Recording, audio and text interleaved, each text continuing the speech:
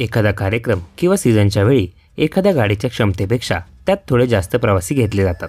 पण एका बसवाल्याने तर कहरच केला। त्याने आपल्या बसच्या क्षमतेपेक्षा तिप्पट लोकांना नेलं। त्यामुळे धक्कादायक प्रकार घडल्याचे समोर आले आहे। काय आहे नेमकं प्रकरण ते जाणून घेण्यापूर्वी चॅनलला सबस्क्राईब करायला विसरू नका। हे प्रकरण तरवाडी कर्नाल हरियाणातील आहे। येथे एका खासगी डबल डेकर बसचा चालक स्थलांतरित मजुरांना जनावरांप्रमाणे घेऊन जात होता। गोंधळानंतर पोलीस घटनास्थळी पोहोचले तेव्हा त्यांनी एकूण 300 प्रवाशांना बाहेर काढले। या अशा प्रकारामुळे काही महिला बेशुद्धही झाल्या। इतक्या लोकांच्या वजनामुळे बसच्या चाकाचा शॉक ऑब्झर्व्हरही तुटला, ज्यामुळे बसचा अपघातही झाला। बस चालकांनी आम्हाला मारहाण केली आणि स्लीपर भाडे म्हणून 2000 रुपये आकारले आणि त्यात जास्तीच्या लोकांना भरलं, असा आरोप स्थलांतरितांनी केला आहे। डबल डेकर बस रविवारी रात्री अंबालाहून बिहारला जाणार होती। प्रवाशांनी भरलेली बस अंबाला येथून निघाली होती। साधारणपणे 70-80 प्रवाशांची क्षमता असलेल्या या बसमध्ये सुमारे 300 प्रवासी होते।